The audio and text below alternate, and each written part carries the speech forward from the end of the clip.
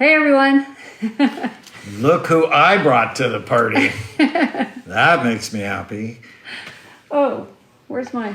Sorry, it's hot in here. I'm like wearing my tank top. See, this is what happens when you're in a pandemic. You forget you're in sweats and pajamas. Next week, I'm going to have platinum hair. So anyways, hope you all are doing well. And yes, I know some of you can relate to that. But so grace, we're asking for grace.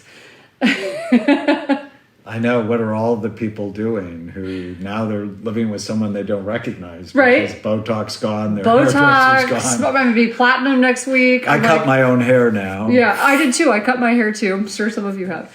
But I love the conversation we were having this morning, and I thought it'd be a really good idea to share it with you guys. So before that, can I give an update on my mom and dad? Oh, please, yeah. Because everybody's been praying for them. And I actually got to see them today for the first time. And it was sort of through the window at their house. I had to drop off zinc for them. And my mom's doing better, feisty as ever. My she's doing well. My dad is still struggling, still coughing, fever some days, not other days. And so we're battling COVID-19. It's a war.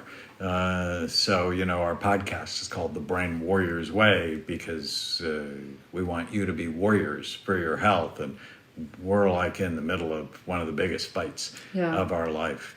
So you said we had a conversation. So we had this conversation, and I thought it'd be really great to share it with our viewers, with our audience and our people.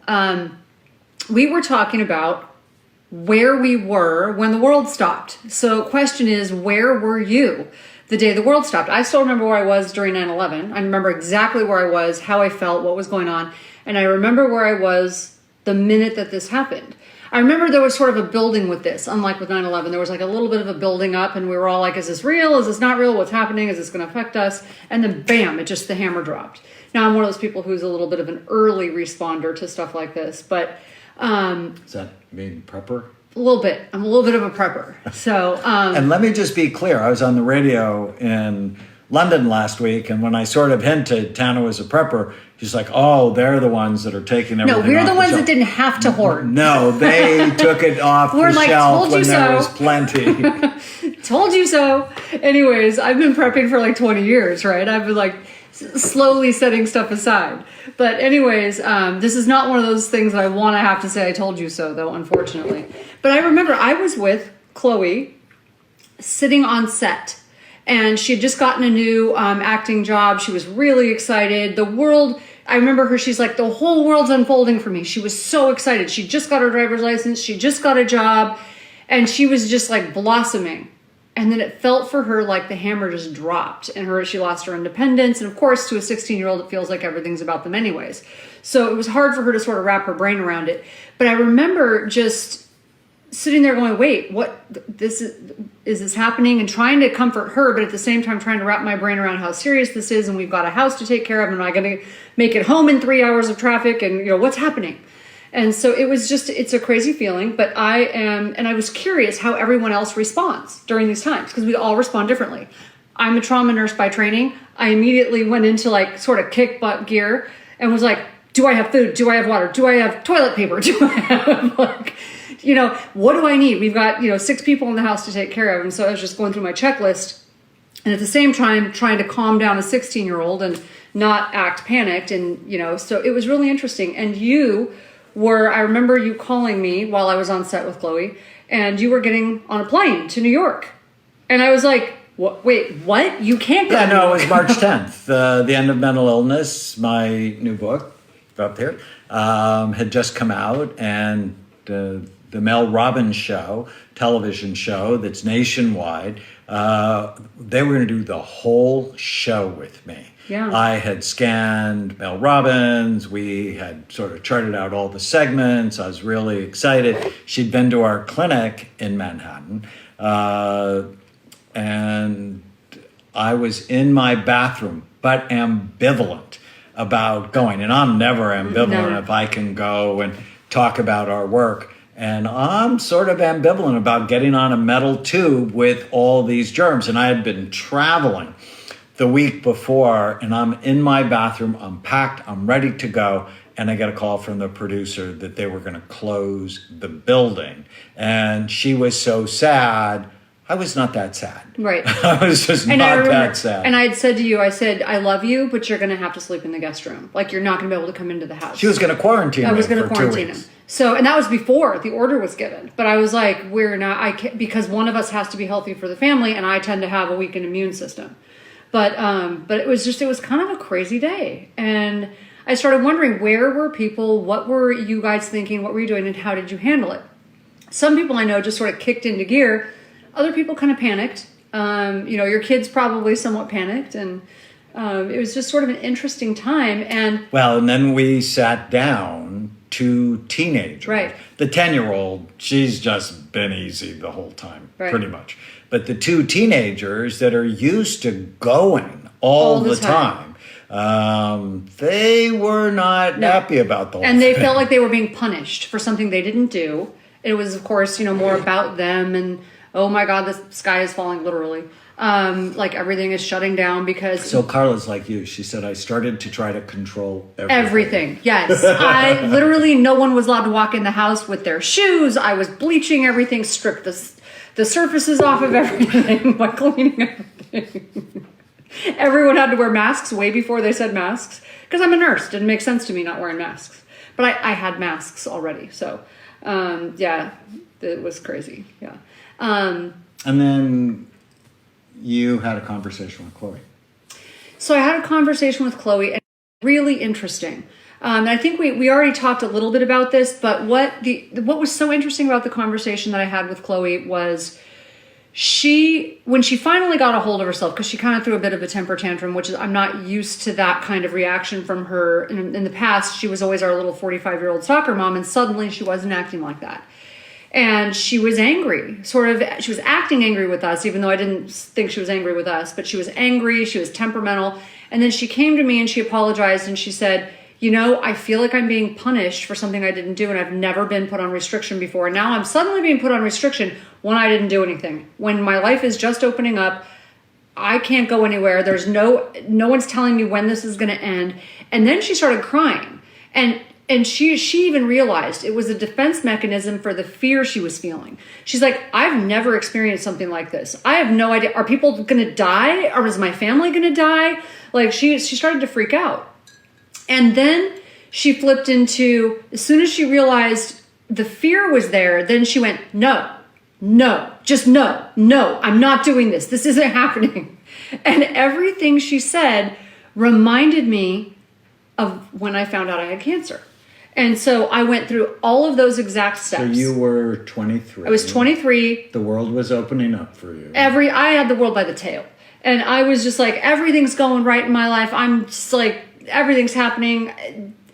And then I literally, like, within the same week that I was getting all this great news, I found out I had cancer. And I sort of didn't hear the doctor. And I'm like, it's not registering.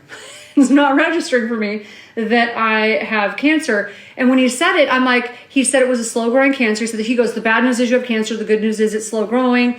We can get this. And I'm like, oh, okay, good. Well, that's all I heard. And I'm like, then I'll see you in a few months because I've got stuff to do. Like, I'm busy and I can't stop right now. You had a big job and you wanted to do that. Right. And I wasn't ready to quit. And so he goes, I don't think you're understanding. I'm trying to make you feel better, but I think you're not hearing what I'm saying.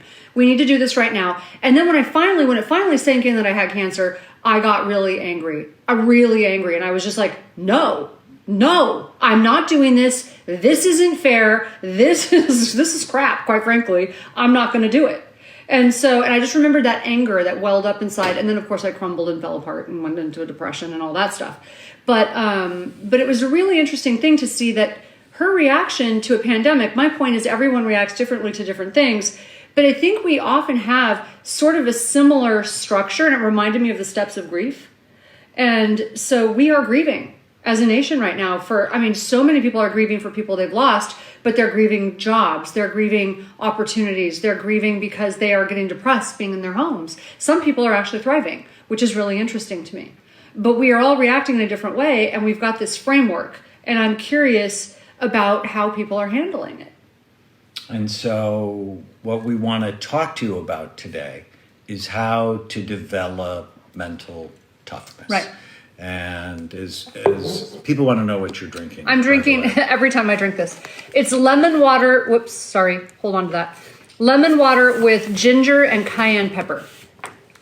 It's it'll kill anything. I'm convinced. So. And I'm drinking sweet and spicy tea, which Yeah. I really like. Okay, so mental toughness. Yeah, mental grit. How do you develop that? What are the steps to, because you need it Yeah. in a pandemic. You guys have heard me say this a lot. Mental hygiene is just as important as washing your hands. Right. Now, wash your hands, but you have to get your mind right. Well, and my hope for our crowd is, if you've been following us, you've been developing some skill, and you don't go through what I went through, although I know some of you already have. You don't do it the way I did it, by crashing and burning and having to rebuild from scratch, right?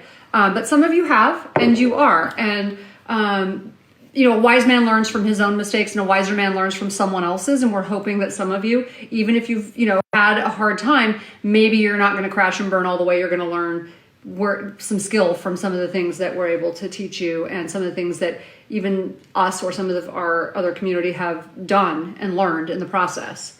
So for me, it was crashing and burning, clearly. And that was a hard thing for me to rebuild. And I had to learn grit the hard way. So what's the first step? I think recognizing it. So recognizing it, at least for me, was recognizing it. And that's why I stopped. That's why we asked that question. Where were you? What were you doing? What did you think the minute that it happened? And that can go back to, I can think back all the way to many things that have happened in my life. I remember the day when I heard that I had cancer, 9/11, when this happened. Or when you were assaulted. When I was assaulted at 15 on the street. When your uncle was murdered. Right. In a drug deal gone wrong when you're 4. There are these touch points in our life when the Challenger exploded, or when President Kennedy was shot. See, I'm old enough, I remember that. So there are these touch points in your life, and someone said that their mother just died in January. That's one of these times. You just never forget it. Mm-hmm. So recognize those touch points in your life, but then how do you respond? When Right. you've gone through tough times, how have you responded? Right. And some people respond with denial. Some people respond with anger.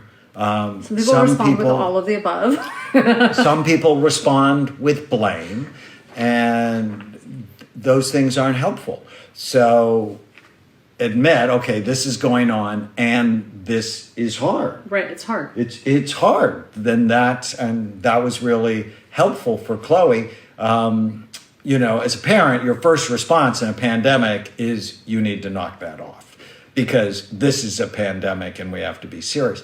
But it's not helpful. Well, unfortunately, because we have some skill with that, we didn't do that first. We listened first, and she was able to work through that and come up with that, what we talked about. So she actually talked herself She had insight. through it. She talked herself through it. But If you listen. But then there came a point where I did say, I love you, and I'm trying to be really sensitive, and I want to talk through this with you, and I want you to talk through it. And because the safety of you and our home and our family members and our society are the most important thing right now, sensitivity comes second, if you don't understand what I'm saying. Well, so safety always comes right, first. there's... right, if a child is going to run Exactly. in the street, Sensitivity you is don't second. go, tell me how you're feeling. No. So, there did come a point where it's like, let me be clear. I want to help you with this, and you're going to do this. so whether, let's be Right, clear. but listening just helps the trauma so much.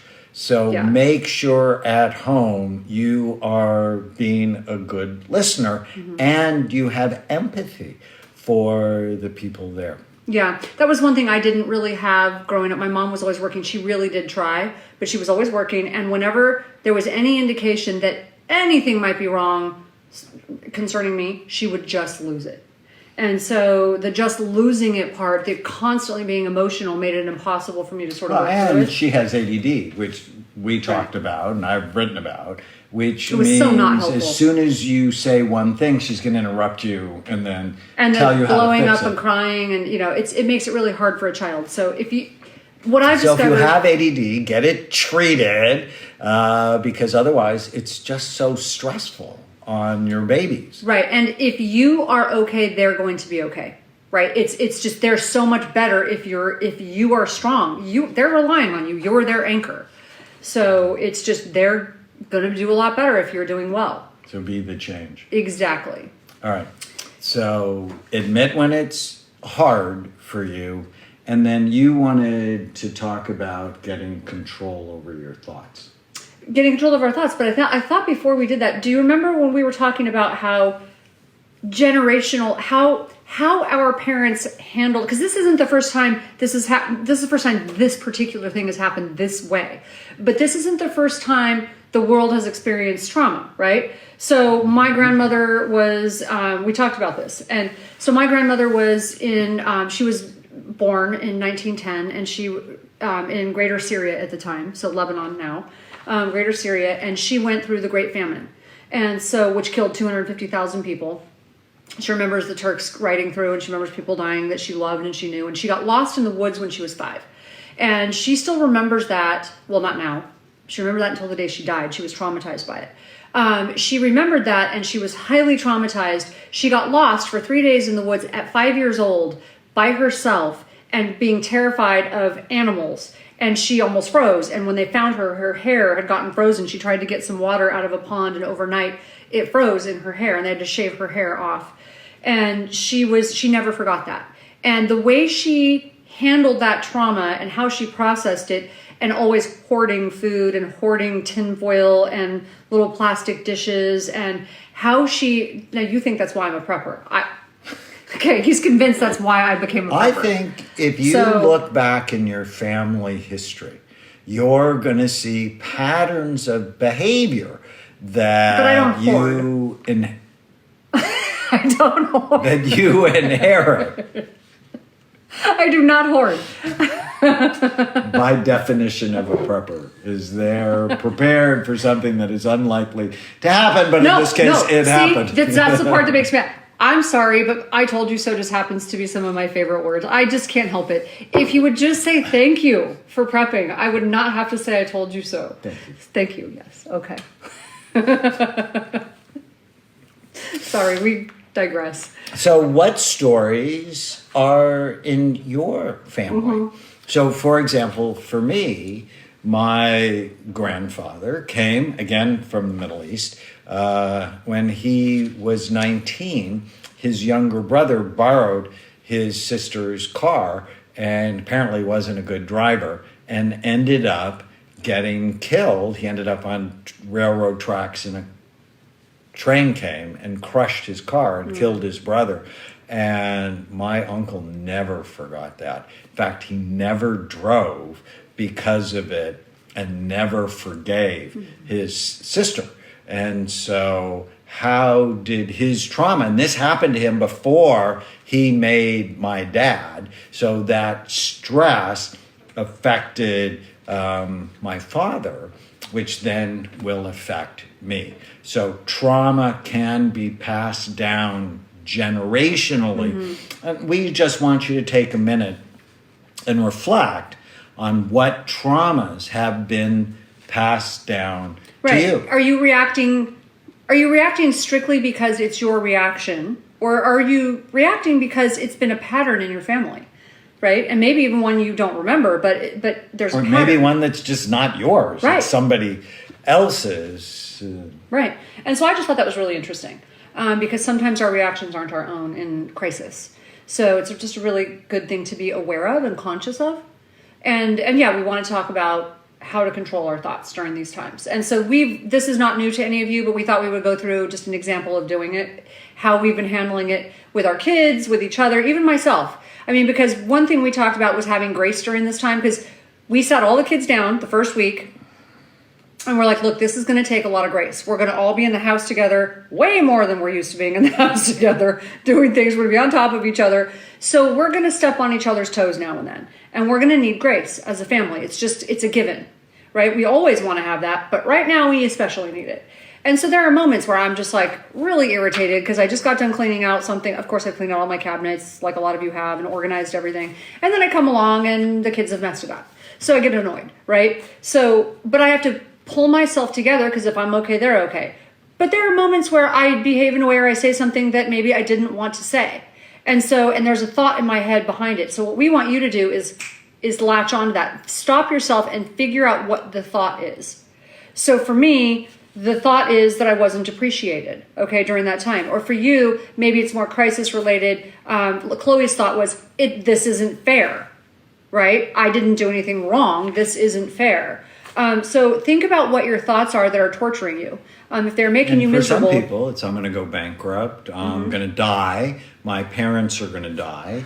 It's a which conspiracy. Is one of the most common thoughts. Somebody you care about is going to die, or you're going to lose your job, or you won't have the money you need. It's basically disaster thinking. Mm-hmm. We call those fortune-telling ants, automatic negative thoughts, the thoughts that come into your mind just automatically and ruin your day.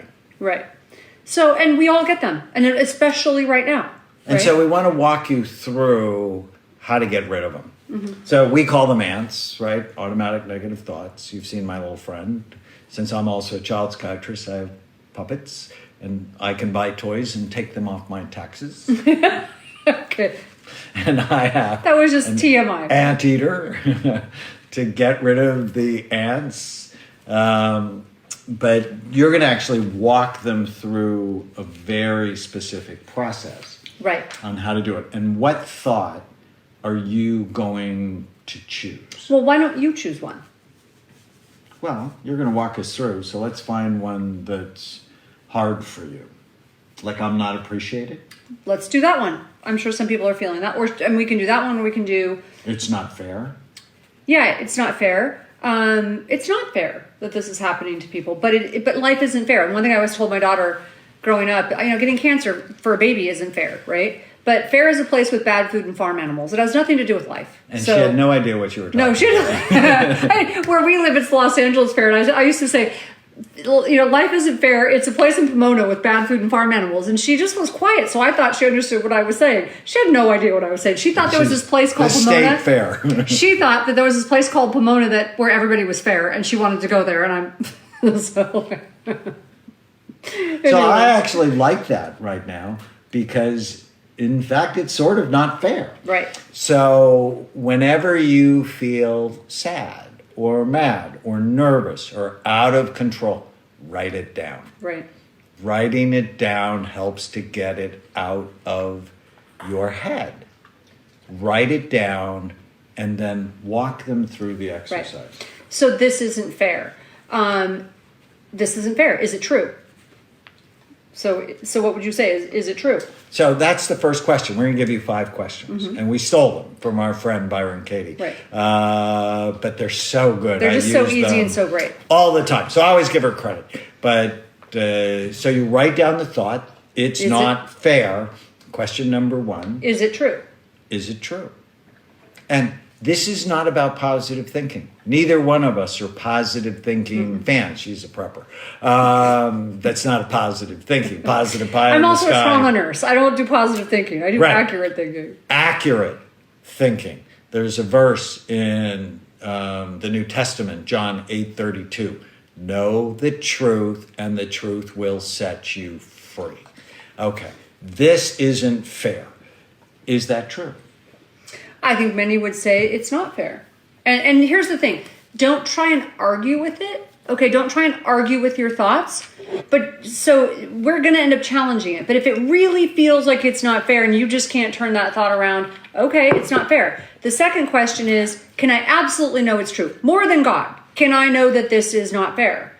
That gets pretty esoteric and heavy if you start really digging into that one. It's like, well, I don't know. But as soon as you say, I don't know, you can't know 100%. It begins to crack the thought. And I love this quote that I've read to you in some of my other live casts from C.S. Lewis, who in 1948 wrote about the atomic bomb and how people were so freaked out about the atomic bomb.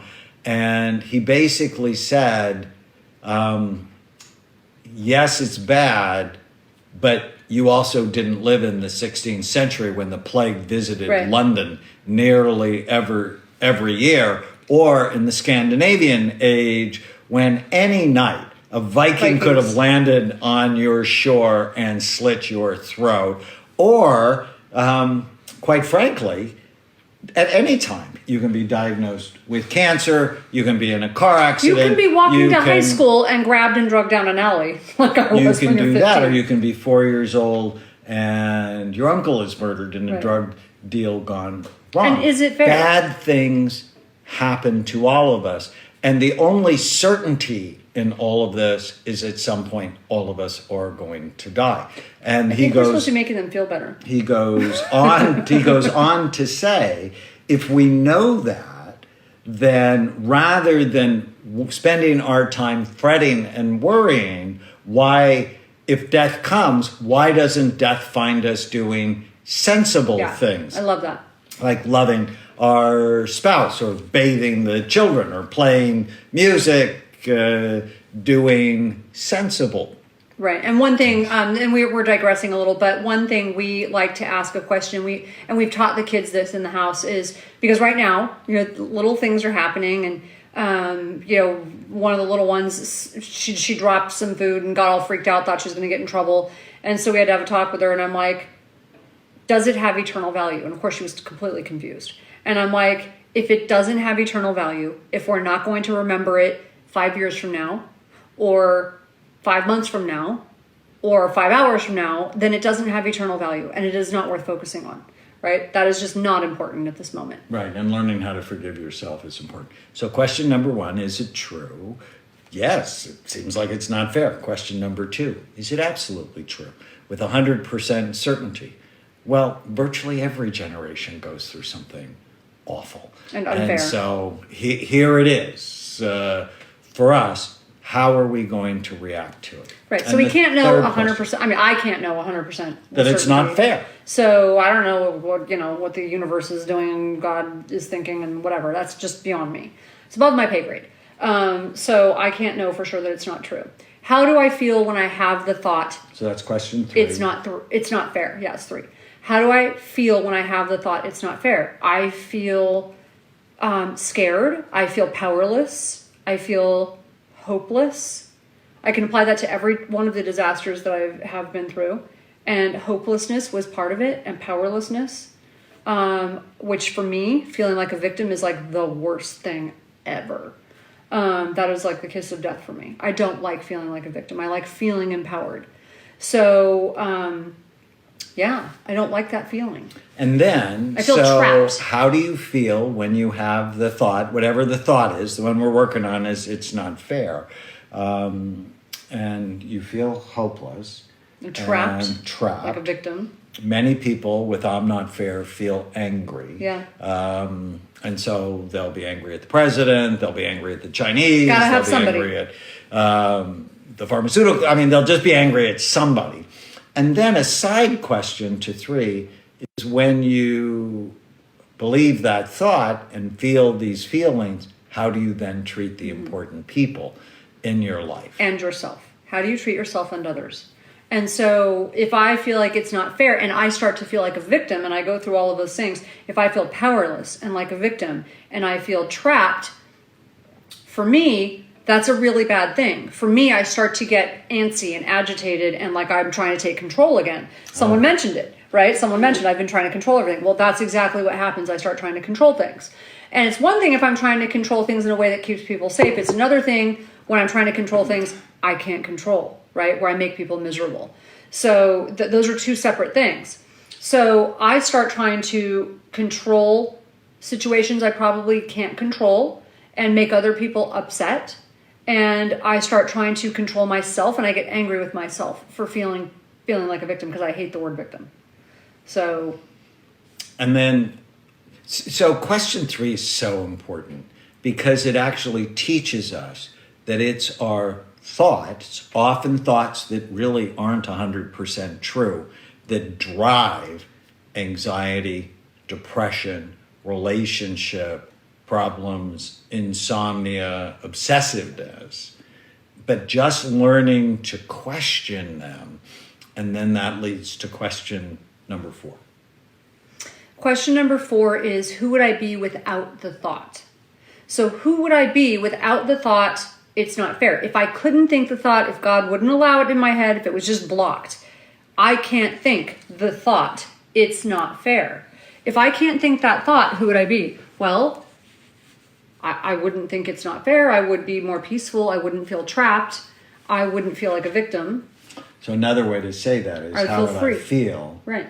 if I didn't have the thought, if I couldn't have the thought? And just what you said is what people say all the time. Free. Mm-hmm. That it's the hell you experience. Well, the opposite of trapped is free. In your head. Mm-hmm.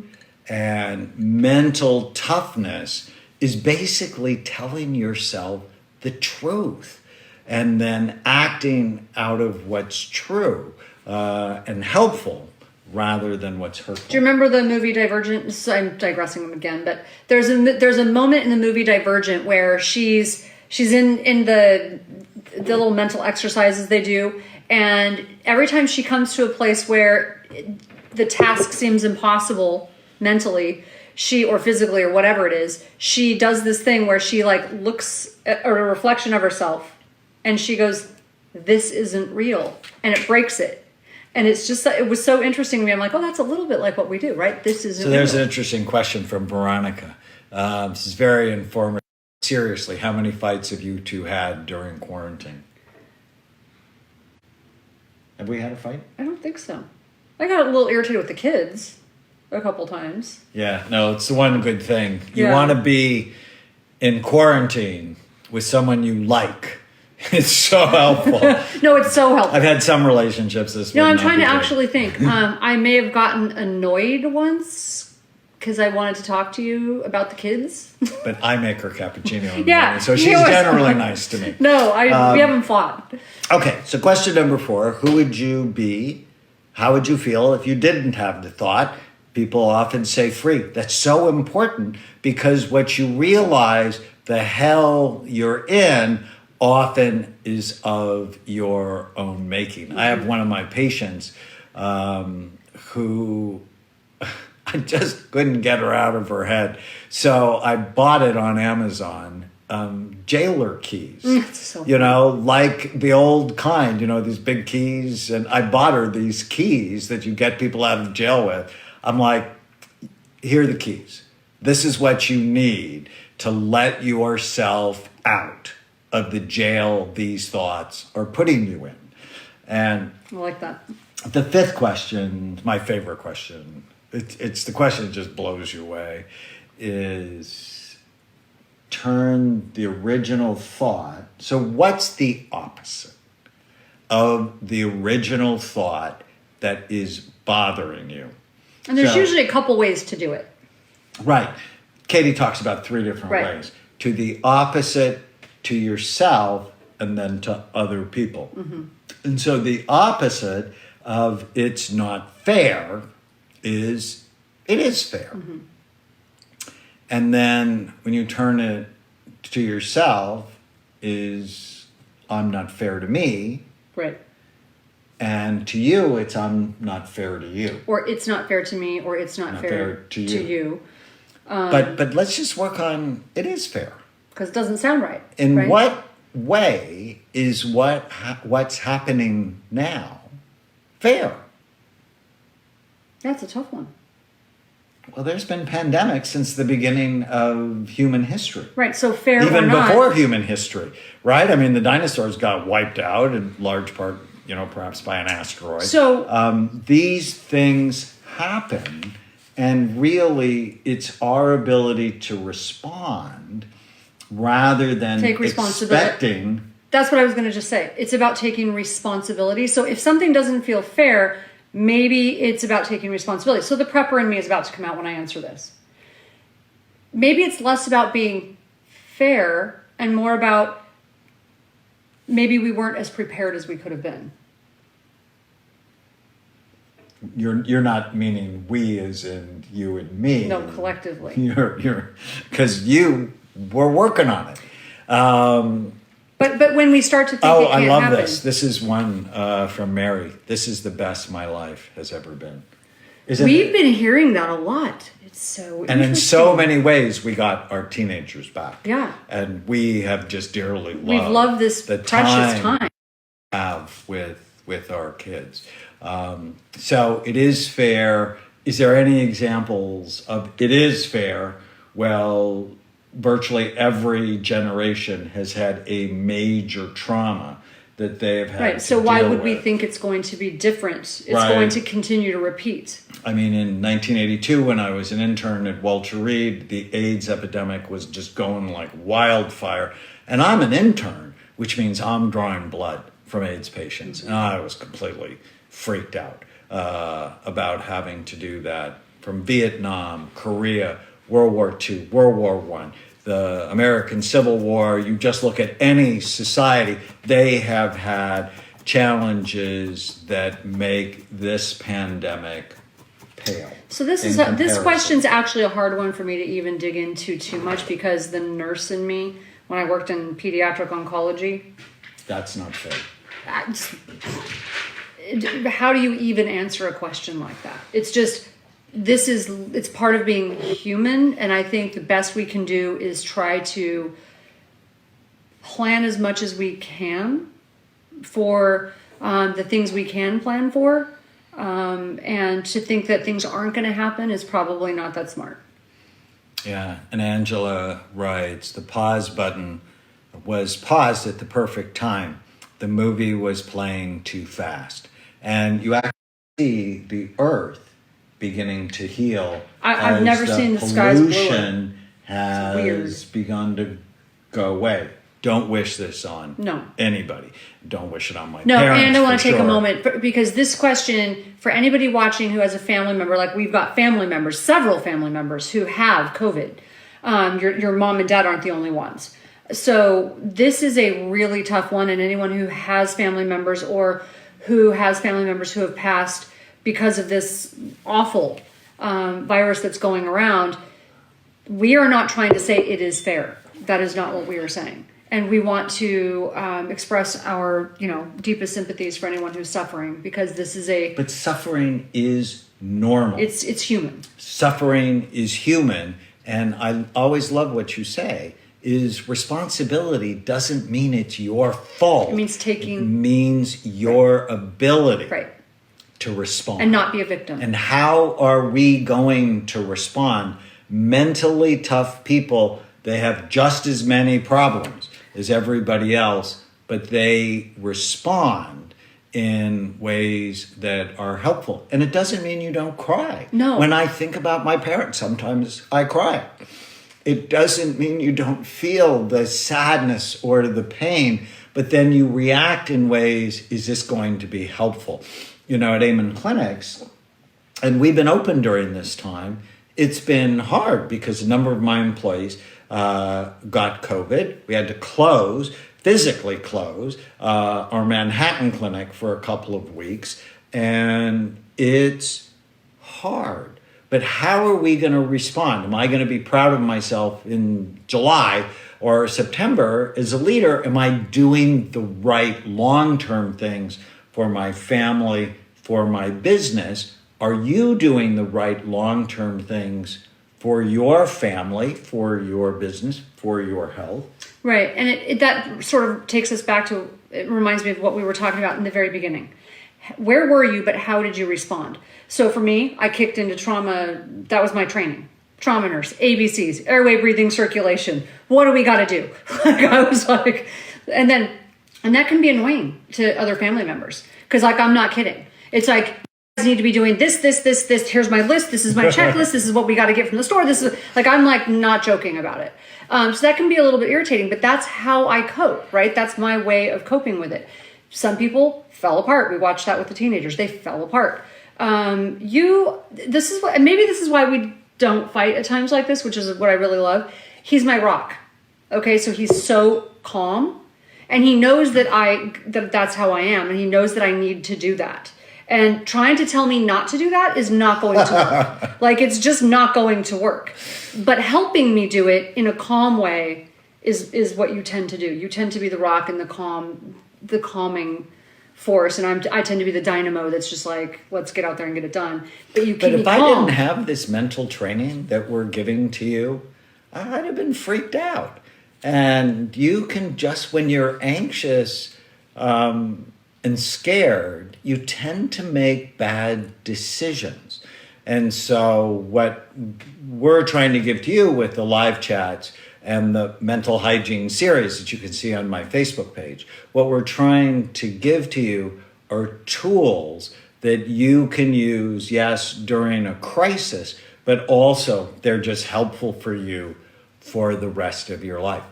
I'm going to have to stop. Okay, I just want to throw one thing out there for the person who said, my life has never been better. That's actually a good add-on to when you're thinking it's not fair. Was there something going on? There was a lot going on for a lot of people, and even in society, that was just so chaotic. And this hitting the pause button, as you guys said, was maybe just a necessary thing. Fair or not, maybe it was a necessary thing in some ways for some people to just regroup. So, yeah, really interesting. Yeah. So our prayers are with you. We are hoping this thing calms down sooner rather than later. There's some good signs today. We'll be back. Enjoy this time.